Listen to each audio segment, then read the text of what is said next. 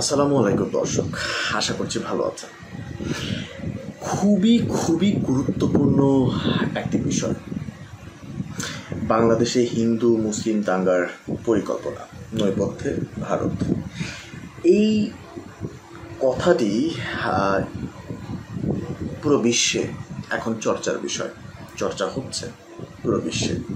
সকলের এক কথা, ভারত কেন এমন করছে? আমার কাছে ব্যক্তিগত পর্যায়ে মনে হয় যে ভারত খুবই ডেসপারেট হয়ে গেছে, এতই ডেসপারেট হয়ে গেছে যে যে কোনো মূল্যে বাংলাদেশকে নিচু দেখাতে হবে। এবং ভারতের গণমাধ্যমগুলোকে যদি আমরা একটু পর্যালোচনা করি, তবে আমার কাছে যেটি মনে হয় যে ভারতের গণমাধ্যম এত পরিমাণ ডেসপারেট হয়ে গেছে যে তাদের কাছে সব কিছুই মনে হচ্ছে যে বাংলাদেশ মানেই হচ্ছে র্যাডিক্যালসদের আড্ডাখানা জায়গা, বাংলাদেশ মানেই হচ্ছে জঙ্গি, বাংলাদেশ মানেই হচ্ছে ইসলামপন্থী। দেখুন, একটা বিষয় আমি বলি, কেউ 5 ওয়াক্ত নামাজ পড়ল, কেউ কর্ম করলো, তার মানে এই নয় যে তারা র্যাডিক্যালস হয়ে গেল, তার মানে এই নয় যে সে জঙ্গি হয়ে গেল। ভারতকে এটি বুঝতে হবে। ভারতের আজকে আমি বেশ কয়েকটা পত্রিকা, ভারতের বেশ কয়েকটা সংবাদ খুব ভালো করে পড়ার চেষ্টা করেছি, বুঝতে চাইছি তাদের সেন্টিমেন্টটা কোন জায়গায়। এবং আমি একটা অদ্ভুত একটা জিনিস দেখলাম যে বারবার প্রত্যেকটা জায়গায় তারা কিছু শব্দ ব্যবহার করছে, সেটি হচ্ছে ইসলামিস্ট, কোট আনকোট ইসলামিস্ট। তো এই যে ইসলামিস্ট শব্দগুলো ব্যবহার করছে, এত ঘেন্না কেন তাদের? I don't get it.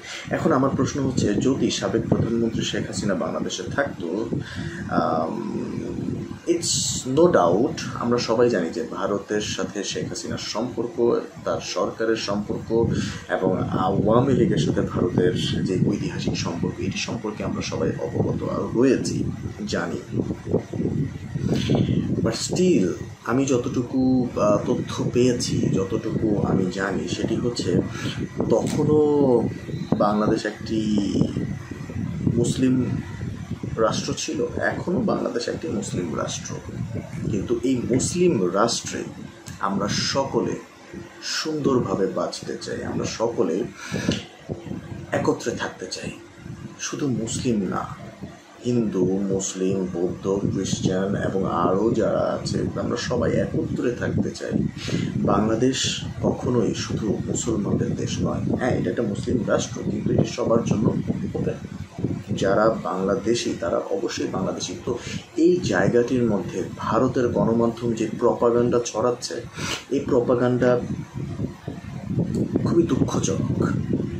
আজকেই আমি একজন দেখছিলাম যে কুমিল্লা বিশ্ববিদ্যালয়ের আমার সরাসরি প্রফেসর, কুমিল্লা বিশ্ববিদ্যালয়ের একজন প্রফেসর, উনি বলছেন যে কখনোই উনি ভারতের গণমাধ্যমের যে সংবাদ প্রেজেন্ট করার যে স্টাইল, এটি উনি কখনোই পছন্দ করেননি। এবং ভারতের গণমাধ্যম নিয়ে পড়াশোনার যে বিষয়গুলো, এগুলোও ওনার কখনো ভালো লাগেনি।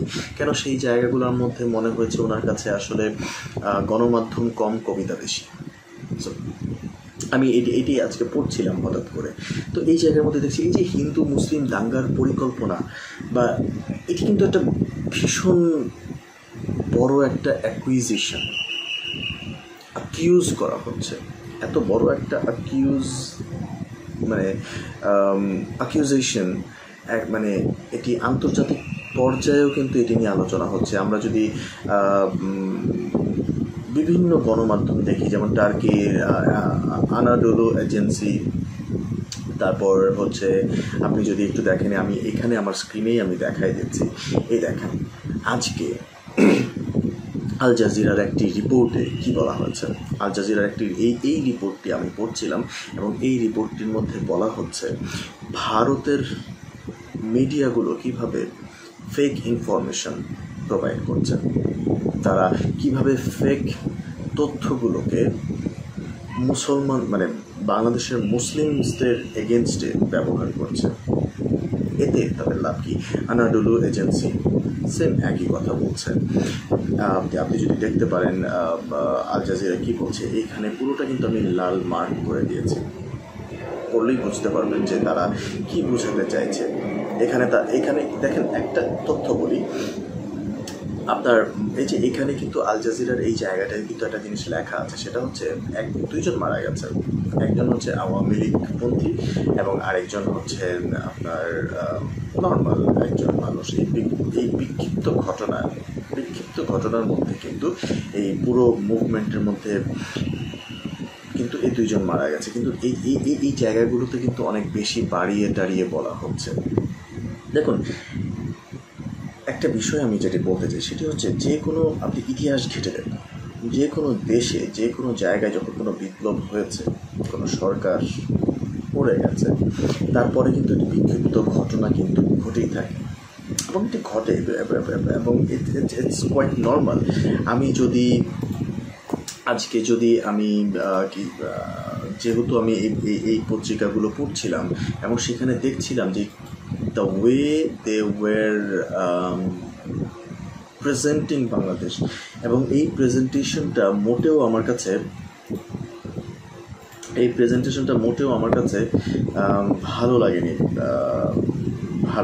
ভারত বাংলাদেশকে যেভাবে প্রেজেন্ট করছে সকলের সামনে, তাদের ভাষ্য অনুযায়ী যে বাংলাদেশে এমন কিছু হয়ে গেছে যে হিন্দুদের উপরে খুব বেশি নির্যাতন চলছে, হিন্দুদের উপর এত বেশি নির্যাতন হচ্ছে যে এই নির্যাতন হয়তো বা মাইনরিটিসরা নিতে পারছে না।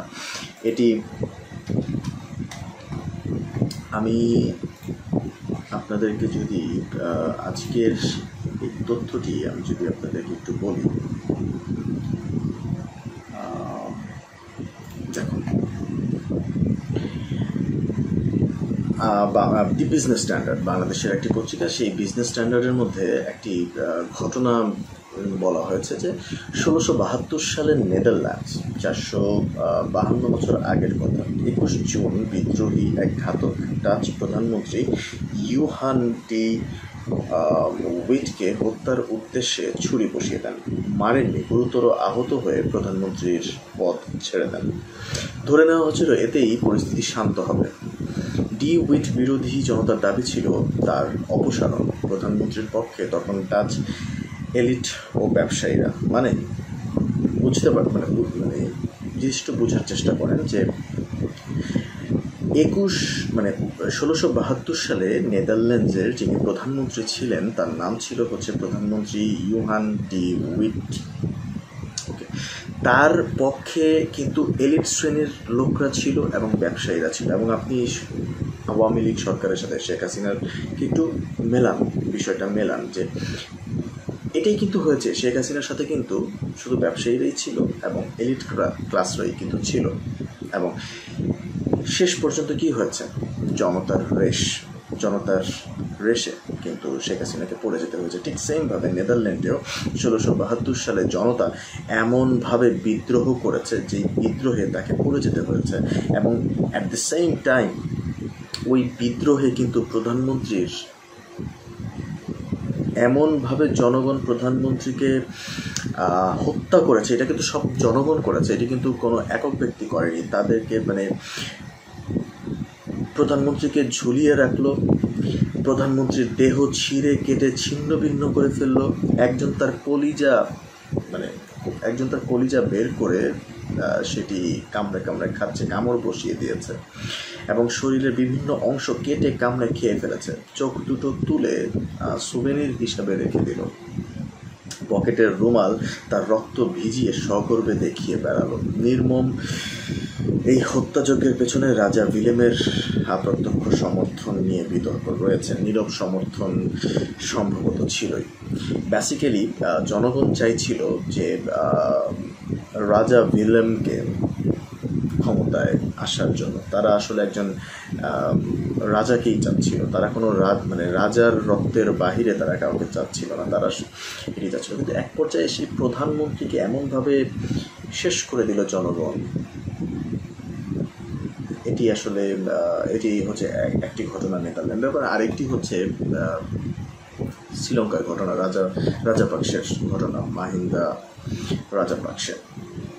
ওনার ঘটনা তো আমরা শ্রীলঙ্কার এই বিষয়টি তো শ্রীলঙ্কার সাবেক প্রধানমন্ত্রী মাহিন্দা রাজাপাকসে এই ওনার কথা তো আমরা সবাই জানি শ্রীলঙ্কাতে কী হয়েছে, জানি না। সো শেখ হাসিনার সাথেও সেম ঘটনাটি ঘটলো, এবং আমি এই দুটো ঘটনার প্রেক্ষিত থেকে আমি যেটি বলতে চাইছি সেটি হচ্ছে, বুঝাইতে চাইলাম সেটি হচ্ছে, শেখ হাসিনা যা করেছেন তার জনগণ নিতে পারেনি। জনগণ শান্তি চাচ্ছিল, জনগণের ভিতরে ক্ষোভ এমনভাবে তৈরি হয়েছে যার কারণে আমি আমার আগের ভিডিওটাতে কিন্তু আমি একটি কথা বলেছি, সেটি হচ্ছে আপনার জনরোষের কারণে জনগণ স্বাধীন হতে চাইছে। 16 বছরের একটি সরকার যিনি 16 বছর ধরে 20 বছর ধরে শাসন করে যাচ্ছেন তার থেকে রেহাই চাচ্ছিল, দেশ সংস্কার করতে চাচ্ছিল, এবং আসলে কিন্তু এখন দেশ সংস্কার হচ্ছে। বহু জায়গা থেকে অনেক কিছু লুটপাট বন্ধ হয়েছে, চুরি ডাকাতি ঘুষ বন্ধ হচ্ছে, আস্তে আস্তে একটা কিন্তু নতুন বাংলাদেশ পেতে চলছি আমরা সবাই। তবে এই জায়গাটির মধ্যে ভারত যা করছে, ভারত যেভাবে প্রপাগান্ডা ছড়াচ্ছে, এই প্রপাগান্ডা মোটেও কাম্য নয়। আমি সোজাই একটা কথা বলতে চাই, সেটা হচ্ছে বাংলাদেশের ইতিহাসে এমন কিছু হচ্ছে না। হিন্দুদের উপরে কোনো জোর করা হচ্ছে না, হিন্দুদের ক্ষতি করা হচ্ছে না, কিন্তু এটি হচ্ছে ভাববার বিষয় যে এই ঘটনা, যেগুলো বিক্ষিপ্ত ঘটনা ঘটেছে, সেগুলো কেন ঘটেছে, কে করিয়েছে, কি কারণে করিয়েছে। আপনি যদি আরও একটি ঘটনা দেখতে চান, সেটি হচ্ছে গতকালই বাংলাদেশের গণমাধ্যম কিন্তু একটি তথ্য ফাঁস করে দিয়েছে, সেটি হচ্ছে যে জুডিশিয়াল কু করার একটা পরিকল্পনা ছিল। এটি নিয়ে আমি অন্য একটি ভিডিওতে কথা বলবো। তবে এই মুহূর্তে আমার যেটি ছিল যে বাংলাদেশে হিন্দু মুসলিম দাঙ্গার পরিকল্পনা, এই যে সবাই একত্রে, আপনি আল জাজিরার রিপোর্টটি দেখলেন, আল জাজিরার এই রিপোর্ট একটু আগে যে রিপোর্টটি আমি দেখালাম, যে আল জাজিরার রিপোর্টটিতে বলা হচ্ছে কীভাবে ভুল তথ্য ভারতের গণমাধ্যম তুলে ধরছে, এবং এই তথ্য তুলে ধরার মানেটাই হচ্ছে ভারতে একটি এনার্কি তৈরি করা, ভারতের মধ্যে একটি প্যানিক তৈরি করা, যার কারণে বাংলাদেশও একটি প্যানিক হতে পারে, এরকম একটি ব্যাপার। তো আমি ভারতকে একটা রিকোয়েস্ট করতে চাই, সেটি হচ্ছে এই প্রপাগান্ডাগুলো চেষ্টা করা কমানো। ভারতের গণমাধ্যমের কাছে আমার রিকোয়েস্ট থাকবে যে এই প্রপাগান্ডাগুলো কমানো, কারণ এই কমানো না, ইনফ্যাক্ট বন্ধই করে দেয়া। কারণ এমন কিছু হচ্ছে না, ট্রু রিপোর্টিংটা করতে হবে, সত্য তথ্যটা তুলে ধরতে হবে।